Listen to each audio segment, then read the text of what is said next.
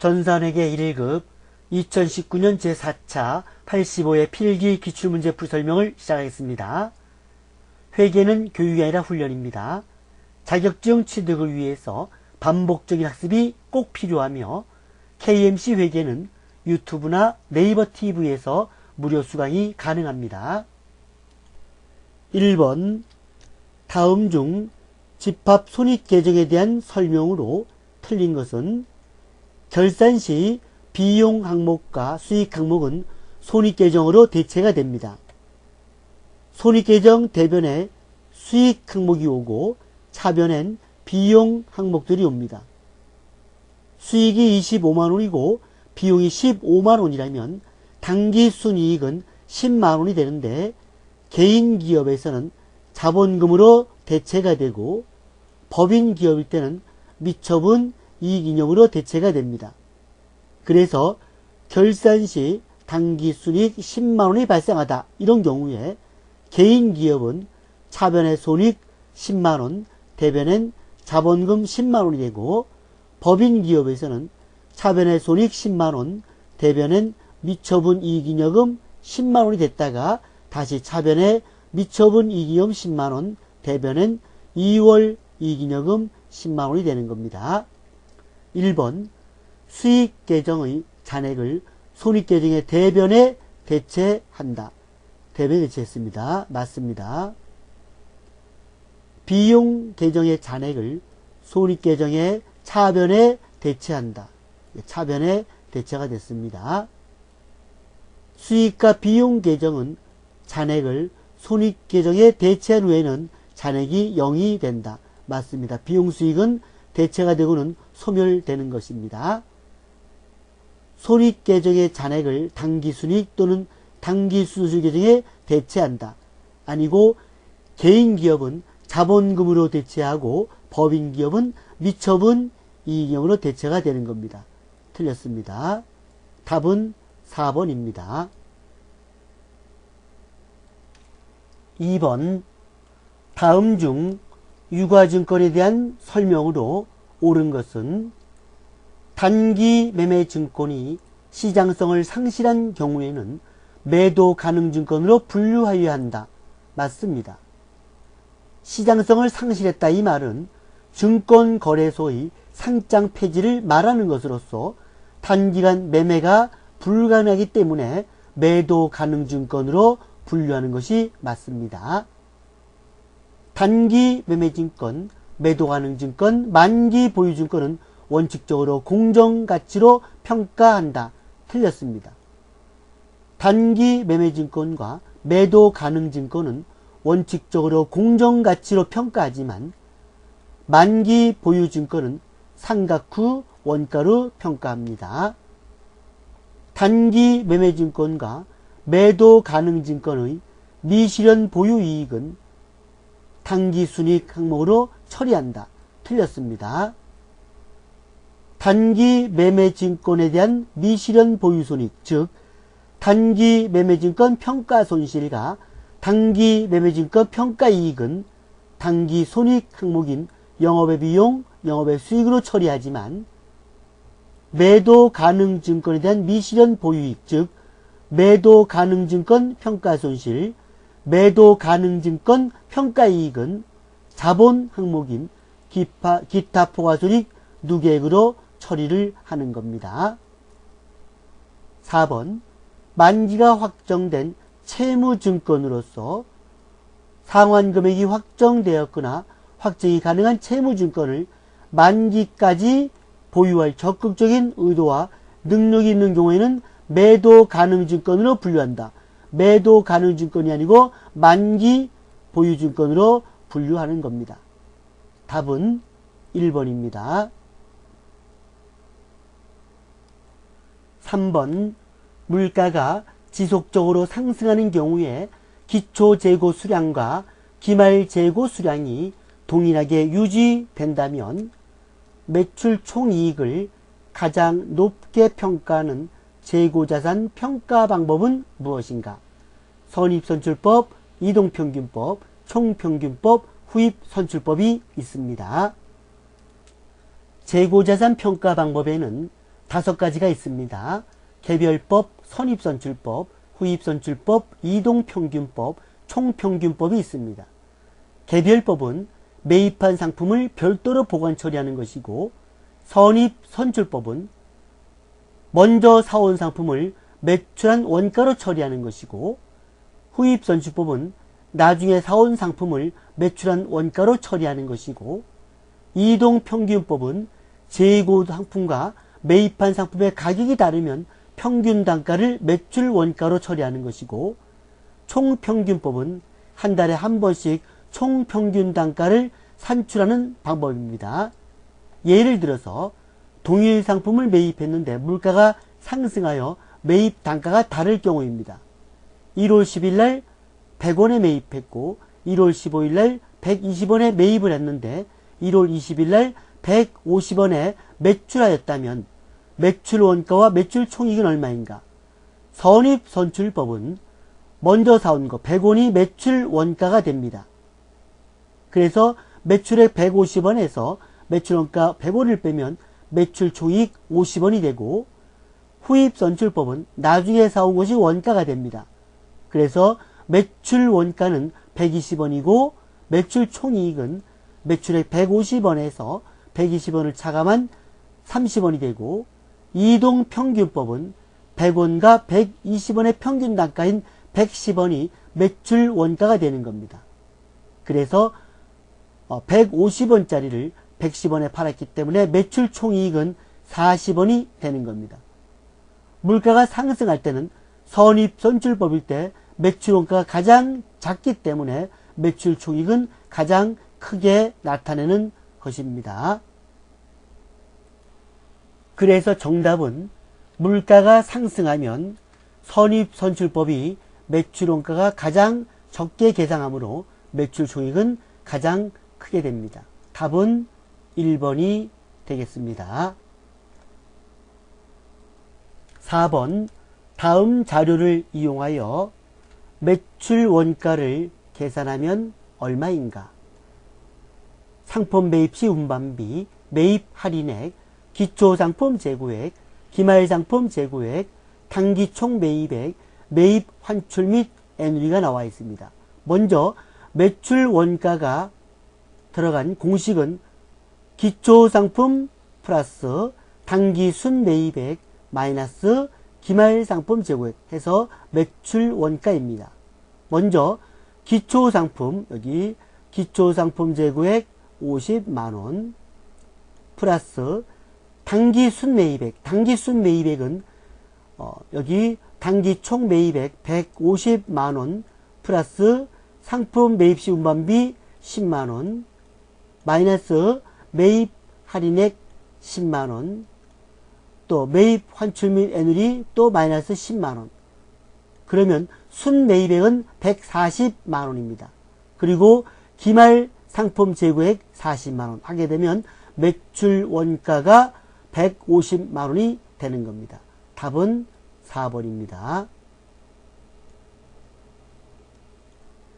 15번 다음 중 무형자산에 해당하는 계정 과목은 몇 개인가? 상표권 무형자산입니다. 기계장치 유형자산입니다. 틀렸습니다. 토지 유형자산입니다. 저작권 무형자산입니다. 개발비 무형자산입니다. 광업권 무형자산입니다. 그래서 무형자산은 4개가 되겠습니다. 이것은 프로그램 계정 과목 및 조교 등록을 참조하면 되겠습니다. 계정 과목 및 조교 등록을 클릭합니다. 여기 계정 체계에 무형자산이 있습니다. 이 무형자산에서 아까 여기 광업권이 있었고 개발비가 있었고 상표권이 있습니다. 근데 저작권이 없습니다.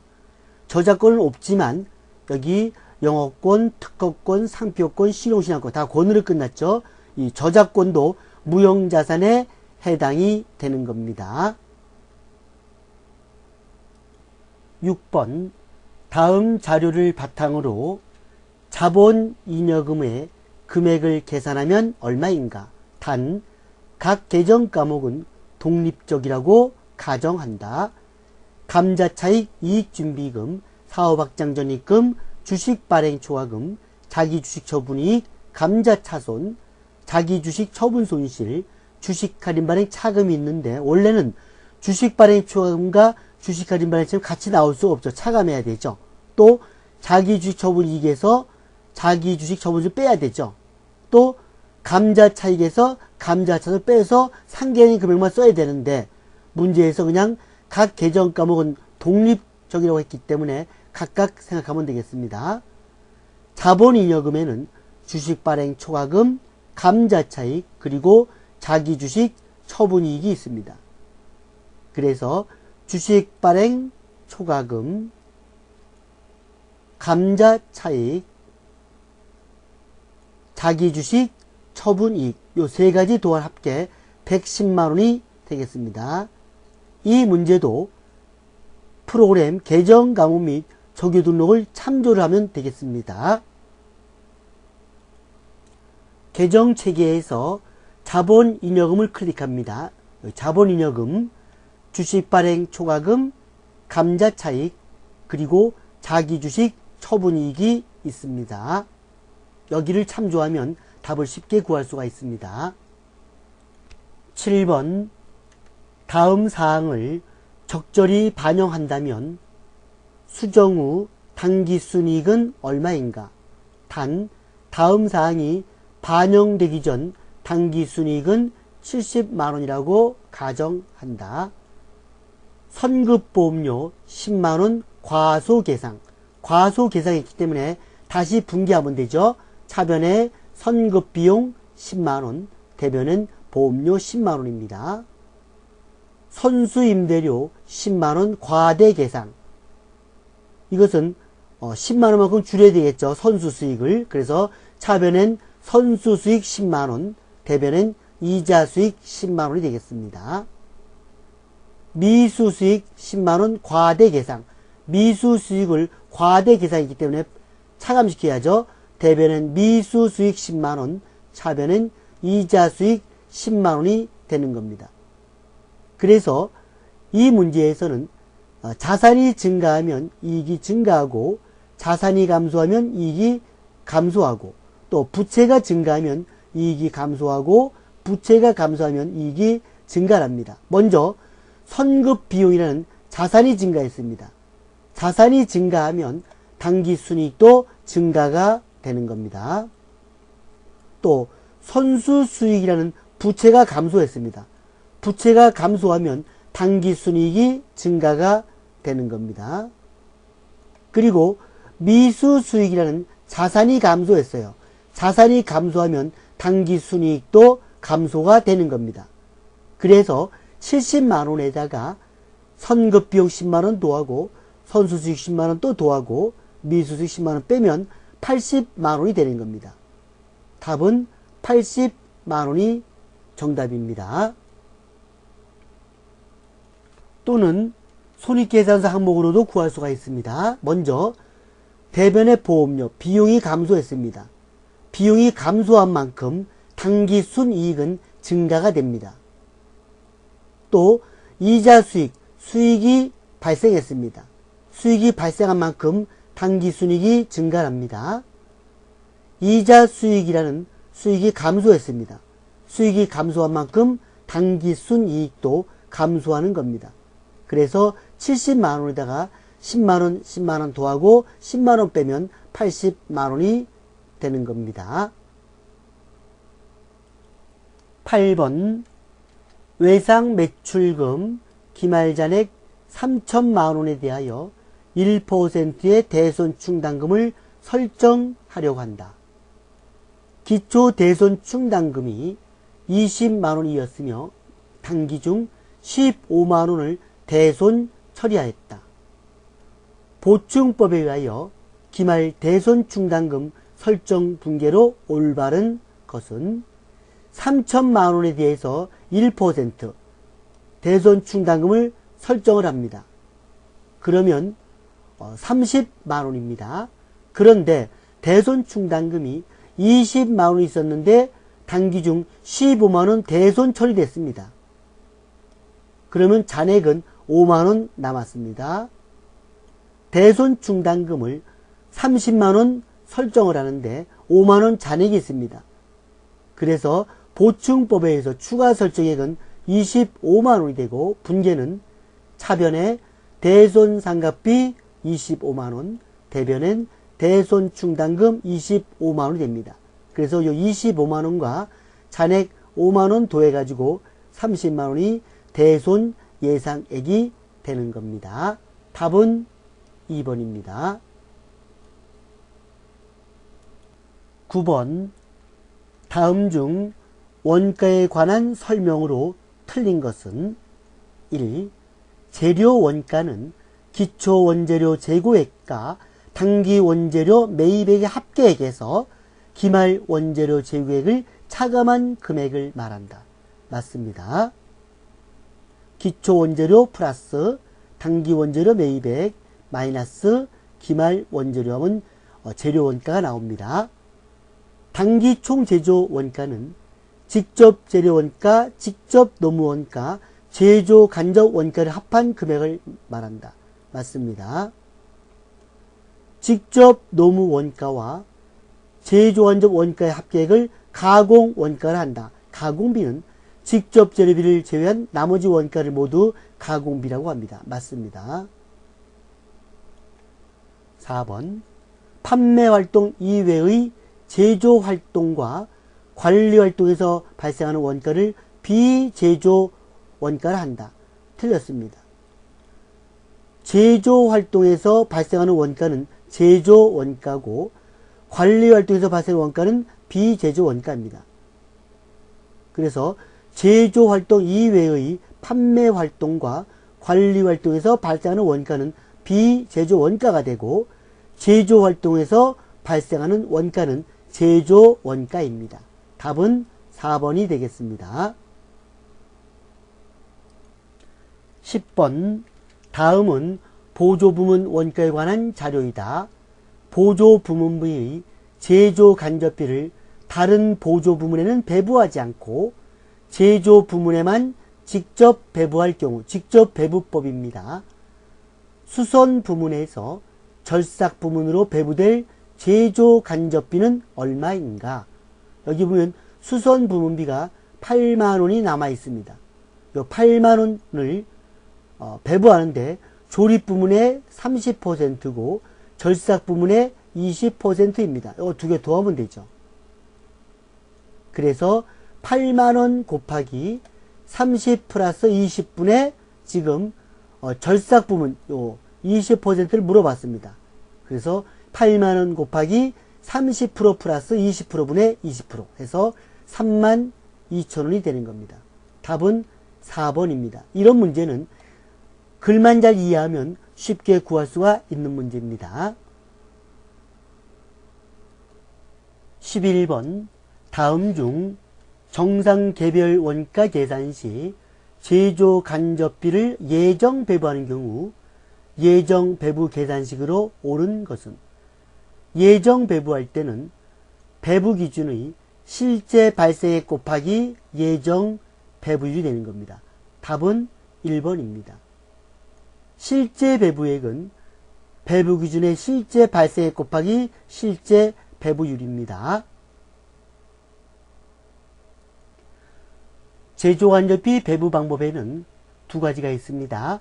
실제 배부법과 예정 배부법이 있는데 실제 배부법은 제조간접비 실제 발생액을 실제 배부에서 원가로 삼는 겁니다. 여기에는 직접 재료비법, 직접 노무비법, 직접 원가법, 작업시간법 등이 있습니다. 그리고 예정 배부법은 예정 배부를 한 후에 실제 발생액이 나오는 겁니다. 그래서 예정 배부법일 때는 제조간접비를 배부할 때 어떤 과학적인 어떤 기초 자료를 근거로 해서 예정 배부액을 원가로 합니다. 예정 배부액을 원가로 하고 실제가 발생했을 때 배부 차이가 나오는 겁니다. 예를 들어서 예정 배부를 900원을 했는데 실제 발생액은 1000원이다. 이럴 때 100원은 배부 차이가 발생을 하게 되는데 과소 배부이면서 불리한 차이입니다. 왜냐하면 900원을 제조간접비 원가로 계산했는데 실제 1000원이 발생했기 때문입니다. 또 제조간접비를 예정 배부 1200원을 원가로 했는데 실제는 1000원이 발생했다. 이런 경우 배부 차이가 차변에 발생하면서 과대 배부가 되는 겁니다. 이럴 때 200원은 유리한 차이가 되는 겁니다. 그래서 제조간접비 배부의 계산 방법은 두 가지가 있는데 실제 배부액은 실제 배부율 곱하기 실제 발생 배부 기준이고 예정 배부액은 예정 배부율 곱하기 실제 발생 배부 기준입니다. 지금 문제는 제조간접비 예정 배부액을 물어보는 문제이기 때문에 예정 배부율 곱하기 실제 발생 배부 기준이 되는 겁니다.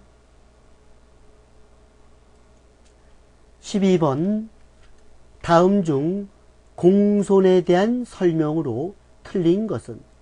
공손은 불량품을 말합니다.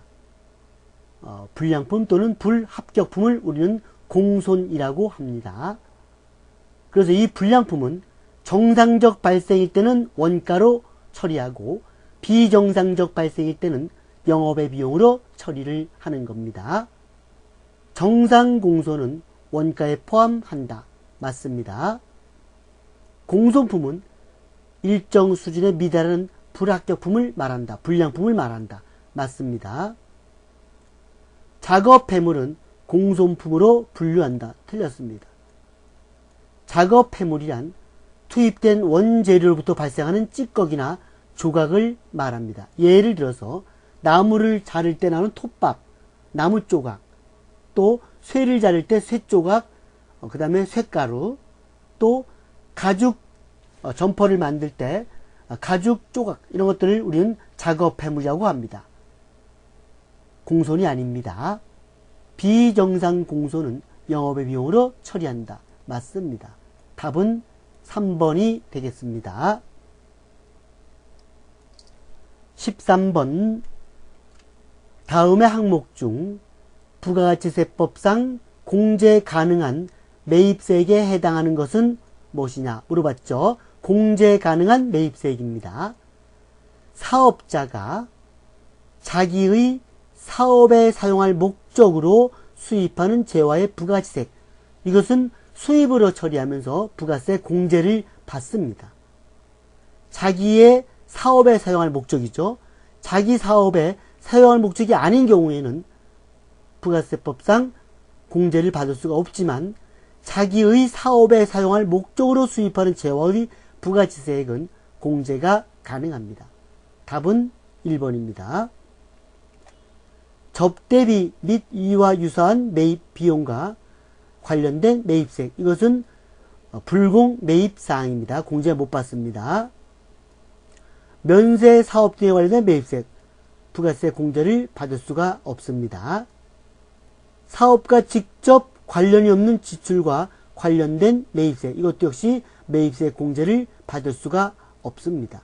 여기 보면 접대비 및 이와 유사한 비용과 관련된 매입세액, 면세 사업 등에 관련된 매입세액, 사업과 직접 관련이 없는 지출과 관련된 매입세액은 공제하지 않은 매입세액에 해당한다. 즉 불공 매입에 해당합니다. 여기에 하나 더 첨부한다면 비영업용 소형 승용차 1000cc 넘는 승용차에 대해서는 역시 매입세액 공제를 받을 수가 없습니다.